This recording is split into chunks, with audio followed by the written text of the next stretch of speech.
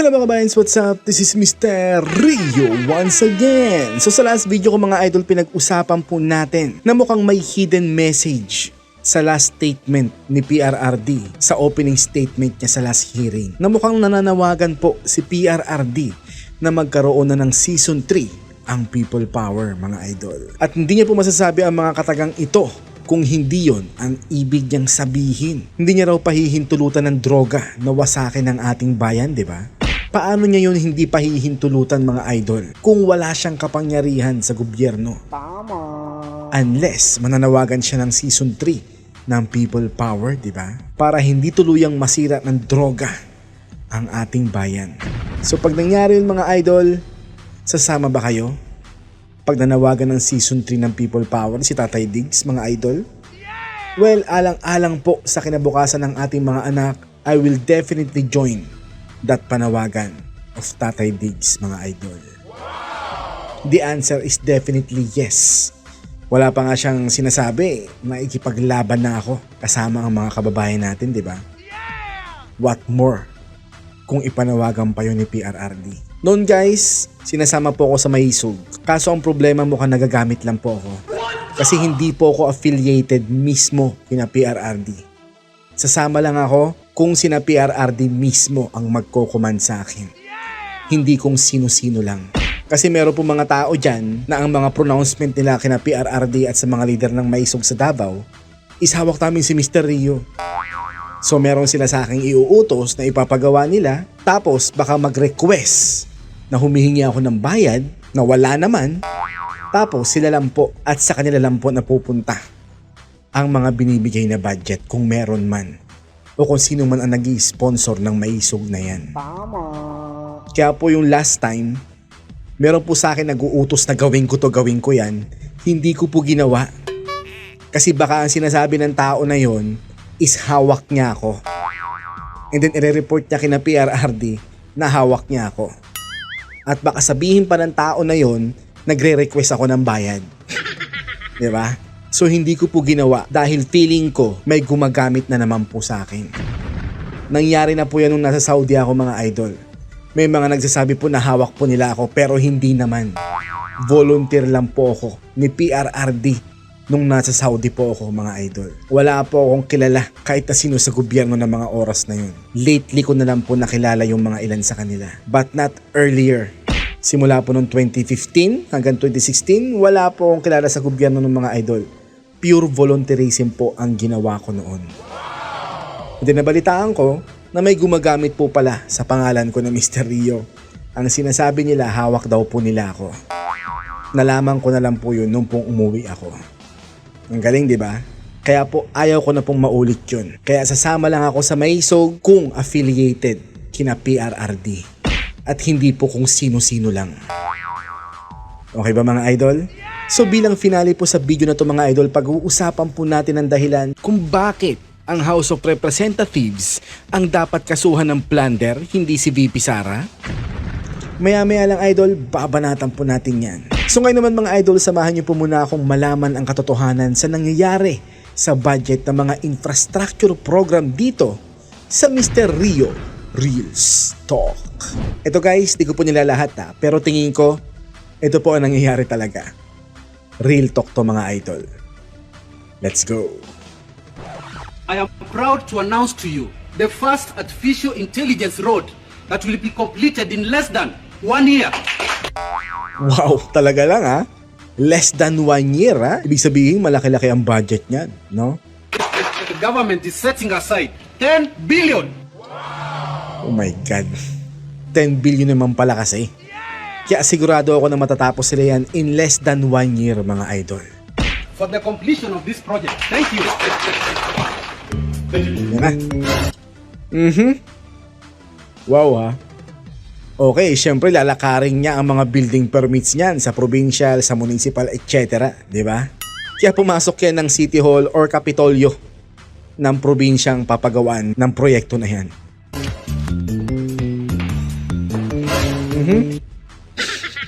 Okay, di sinabi kung sino yon, kumuha na lang, pero tingin ko padulas yan para makarating ka sa kataas-taasan.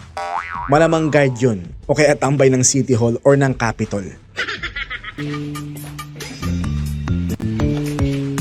Okay, napadaan lang yun ha. Malamang staff yun ni Gob, no?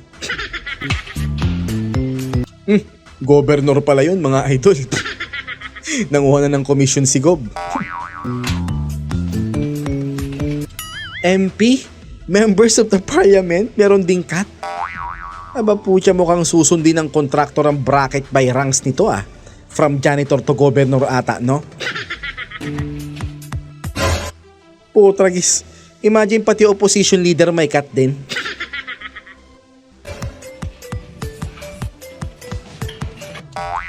Pati former governor, mga idol. Pucha, pati former deputy governor, pesting yawa na yan, di ba? Ay, grabe. Wala nang naiwanan sa kanya. Grabe naman. Pucha, yun na lang ang natira sa kontraktor eh, no? Eh talaga namang wala ka na ma-accomplish na magandang proyekto pag ganyan na lang ang budget mo, di ba? Ano kayang gagawin dito ng kontraktor, mga idol? Eh, yung gagawa ng kalsada eh, oh. Yung simula eh. Okay, kinuha niya na yung natira.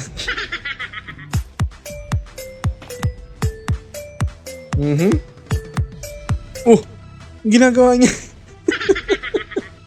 What the F is he doing? So dahil barya na lang ang natira sa kanya para gawin ang proyekto na yan, putya yan na lang po ang ginagawa ng kontraktor, mga idol. siya na nga lang ang gumawa eh, wala nang tao eh.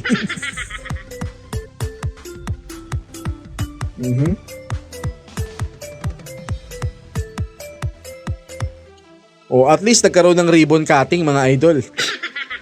Di ba? So yan po ang nagawa sa halagang 10 billion. Malamang ang napunta sa hayop na buhaya ay 9.9 billion. 100 na lang ang natira sa kontraktor na gagawa. Wala na po siyang napasahod, kaya siya na lang po ang gumawa. At least, nagka 100 pa siya, di ba? So ito pong reels na to, mga idol, ang napakasimpleng explanation kung paano gumana ang corruption sa kada corrupt government in the world. Malamang sa ating ganyan din, mga idol. Hindi na po nakakagulat, sa totoo lang. Nung kapanahonan, guys, ni PRRD, medyo nabawasan ang corruption sa gobyerno. Pero nung pumalit na si Bangag, nagsibalikan na naman ang mga kurakot sa gobyerno. Lalo na dyan sa House of Representatives, mga idol. Imagine ang mga ginagawa nila sa mga proposed budget ng kada ahensya ng gobyerno from NEP or National Expenditure Program. Minamanipula ng mga buwaboy sa Kongreso. Dinadagdagan nila ng billions of pesos pagdating sa GAA or General Appropriations Act. Diba? Pucha, ganun po kabalahura ang mga buwaboys dyan sa House of Representatives, mga idol. So these reels really make sense, mga idol. So reels talk po talaga ito, literally. Parang yung nangyari sa tulay dyan sa Bicol, di ba? Tinipid masyado ang tulay na to. Para nga lang siyang papel eh, oh. Yun naman ang itsura, guys. Wala man lang kapunda-pundasyon. Malamang same sa reels natin ang nangyari dyan, mga idol. Nabawas-bawas na ang budget dahil sa mga under the table sa iba't ibang ranggo ng government official sa kanilang kapitolyo, sigurado. Good job, Zaldi Kurakot. So ngayon naman, mga idol, pag-uusapan na po natin ang main topic natin for this video, kung bakit nga ba ang mga buwaboys lang sa House ang dapat kasuhan ng plunder at hindi si VP Sara? So bakit nga ba sila lang ang dapat kasuhan ng plunder, mga idol? Aba syempre, mga idol, dahil po sa corruption nilang ito. Watch this. Ladies and gentlemen, the hypocrisy of the House of Representatives. Pucha, ito po talaga ang literal na kahipokritohan ng House of Representatives, mga idol. Kaya tama ang ginawang title ni Derto as PH dito, na The Hypocrisy of the House of Representatives. They are so concerned about the 112.5 million DepEd Confidential Fund. Correct. Kitams, bumaba na naman ang amount, di ba? Dati 125 million yan. Ngayon naman, na ginalang siyang 112.5 million na lang. Grabe yung inconsistency ng House of Representatives, no? which is under COA's jurisdiction to audit and was addressed by DepEd, VP Inday Sara Duterte. Pero sila sa House may billions of increase in their budget. Kita nyo yan mga idol? Ang laki ng increase ng mga budget nila dyan sa House of Buwaboys, di ba? Kaya nga dapat dyan palang kasuhan na mismo ang House ng Plunder eh. Dahil harap-harapang pagnanakaw ang ginagawa nila eh. Imagine ang nasa NEP or National Expenditure Program ng mga Buwaboys na to ay 15.9 billion lamang noong 2023. Pero pagdating sa GAA or General Appropriations Act, putya naging 28 billion na ang kabuoang budget nila bigla. Diba? So kung kikwentahin po natin mga idol, kung merong 316 members ang House, meron po silang tigte 38.1 million pesos kada isa dyan. Sa number of increase pa lang yan mga idol ah. Tapos ngayon 2024, ang nasa NEP nila ay 16.1 billion. Tapos paglabas ng GAA, nag-iitong 28.6 billion? Di ba harap-harapang corruption po ang ginagawa ng pesting mga congressman na to? Kaya dapat talagang sila muna ang kasuhan ng plunder eh. Dahil sa gawain nilang to. Tama. At kung kikwentahin po natin mga idol, kung meron po ulit 316 members of the House, meron po silang tigta 39.6 million pesos kada isa dyan sa number of increase pa lang. Pucha, parang lottery winner lang ang mga Buwaboys, di ba? Total of 12.5 billion pesos in 2024. Total of 12 billion pesos in 2023. Di ba? Imagine yung increase ng budget ng mga hayop. 12 billion in 2023, tapos 12.5 billion in 2024. Ngayon 2025, malamang iniisip pa nilang maigi kung magkano ang idadagdag nila sa GAA for sure. Para syempre, paldo-paldo sila sa bilyones na halaga na pwedeng manakaw nila. Syempre, hati-hati ang mga corrupt na yan dyan for sure. Diba? Look under sa MOO ease in 2024 na hundreds of millions to more than a billion increase. Also, like the following. 783 million pesos increase in traveling expenses. Wow! 783 million ang tinaas sa traveling expenses? Putya, saan kayo pupunta? Sa iba't ibang planeta sa solar system?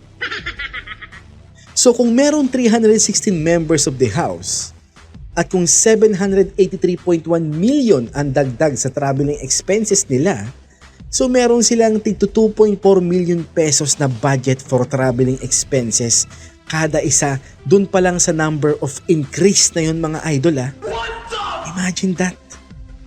Kaya naman pala ang daming gusto maging congressman, no? Dahil sa mga ganitong traveling budgets and benefits nila. Mukhang makakapag around the world na ang mga buhayang to sa traveling budget nila kada isa eh, no? Buti sana kung may silbi ang paglabas nila ng mga bansa eh. Kaso madalas wala naman eh. Di ba? 635 million pesos increase in supplies. Increase in supply? Supply in what are they talking about? Di ba? Imagine guys, 635 million increase pa lang to. Mga idol ha. Hindi pa kasama ang pinaka-budget for supply dito. Imagine may tig 2 million silang paghahati-hatian dyan sa house. Sa number of increase pa lang yan mga idol ha. What more kung isasama pa ang original number ng budget nila sa supply. Hindi sobrang laki ng paghahati-hatian nila. Di ba? Grabe no? 534 million pesos increase in utilities. 534 million increase in utility expenses. Baka naman kasi mga robot na mga janitor nila dyan sa house. Kaya ganyang kalaki ang budget nila, no? Busit na mga tao to eh, no? 903 million pesos increase in communications. 903 million pesos increase in communications? Ba't ganun kalaki? Eh meron ng internet ngayon. Meron na ring unload na promos ngayon for communication. Putya, ba't ganyang kalaki ang communication expenses nila? Grabe ang corruption practices ng mga buhaboys na to sa house, no? Imagine merong 2.8 million silang budget for communication expenses bawat isa. Sa number of increase pa lang yan. What more kung sinama pa ang original number dito, di ba? Napakawalang hiya talaga nila, grabe. 1.1 billion pesos, yes, billion, increase in professional services. What? 1.2 billion in professional services? Malamang ito yung pag-conduct nila ng mga circus hearing nila, no? Wala naman ako ibang maisip na professional services na mga to, kundi yung mga yan eh. Bakit? Meron pa bang kwenta ang mga buhaboys na to sa gobyerno natin maliban sa mga ganyan nila? Di ba wala naman? Wala naman yung silbi ang mga yan eh. 111 million pesos, increase in general services. Wow ha? 111 million increase sa general services. Kung iisipin natin mga idol, parang nonsense naman tong general services na to eh. Kasi may professional services na nga eh. May general services pa. Paragis na yan, di ba? 550.7 million pesos, increase in repairs and maintenance. Grabe namang repairs and maintenance yan. Halos din nga magalusan ng mga kalamidad na dumadaan yung house building nyo na sementado eh. Tapos may repair and maintenance increase talaga kayo na 550.7 million pesos. Anong meron? 513 million pesos, increase in advertising expenses. What? Advertising expenses? Putya, anong ina-advertise ng mga to? Meron ba? Kasi parang wala naman eh, no? Aware ba kayo sa advertising kuno na pinagagastusan ng mga to? Putya, ginagawa nyo naman po mga tao eh, no? 181 million pesos, increase in representation expenses. 181 million increase in representation expenses. Anong klaseng representation yun? May professional services na nga kayo at general services. Pucha, ang mahal naman ng serbisyo ng mga buhaya na to. Grabe, no? 1 bilyon siyam, naraan 74 na milyong piso, yes, billion, increase in other maintenance and operating expenses. Pero What? May repairs and maintenance na kayo, may other maintenance and operating expenses pa talaga silang increase na 1.9 billion sa budget nila. Imagine that. Hayop na mga buhay talaga to eh, no? Grabe, di ba? So dyan pa lang sa ilang mga binanggit mga idol na pagtaas ng mga budgets nila. And dyan pa lang sa pag-increase ng budget ng House from National Expenditure Programs to General Appropriations Act, pwede na dapat silang kasuhan ng plunder dyan eh. Di ba? Imagine yung paghahati-hatian ng mga buhaya sa mga budget nila. Paldo na agad sila. What more kung sinama pa ang original amount ng budget nila sa GAA? Di more or less hundreds of millions ang mapapasa kamay nila. Ngayon, depende na sa kanila kung magkano ang iaabot nila sa kada municipalities sa mga probinsya nila. Siyempre, pagkaalyado nila ang mayor sa isang munisipalidad, malaki-laki ang share nila sa mga sobra-sobrang budgets na yan. At siyempre, kung kaalyado rin po nila ang governor, di ba? Pero kung kalaban nila ang governor or mayor ng isang municipality or kapitolyo, malamang sa malamang maliit lang ang ibibigay nilang share sa makukulimbat nilang sobra-sobrang budget. Siyempre, nasa mga members of the house ang power of the purse. Pero naisip ko, sobrang swerte pala ng mga congressman na party list ang nire-represent nila, no? Imagine solo nilang makukuha ang budget nila kung wala naman silang mga programa. Hindi gaya ng mga representante ng mga probinsya, kailangan nilang mag-share sa kapitolyo o governor at ang governor na ang bahalang mag-share sa mga municipalities. Pero pag representante ng mga party list, putya, solo pala nila lahat. Mag-party list na rin kaya tayo mga idol, no?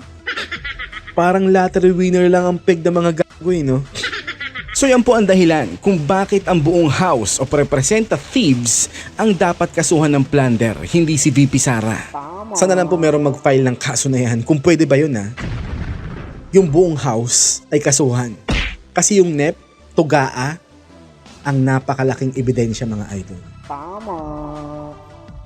Sobrang laki ng dinadagdag nila sa budget nila. Imagine, more than 100 million lang ang issue nila kay VP Sara sa confidential funds. Pero sa kanila, tens of billions. Pero hindi nila nakikita ang mga sarili nila. So mga kababayan, nakita nyo naman ang corruption practices ng mga congressman na to. So kayo na ang bahalang humusga kung susuportahan nyo pa rin ang mga buwaya na to. So kung tingin nyo guys, informative ang mga bidyong inaalay ko po sa inyo palagi tuwing gumagawa ako, pakishare na lang mga idol sa mga kaibigan at kapamilya nyo para mas marami pa po ang makaalam ng information na to. Para po magising na sa katotohanan ang mas maraming Filipino. At pakifollow na lang po ang Mr. Rio 2.0 sa FB at pakisubscribe na lang po ang Mr. Rio Official sa YT. Okay ba mga idol? So paano guys, kita-kits po tayo ulit sa mga next videos.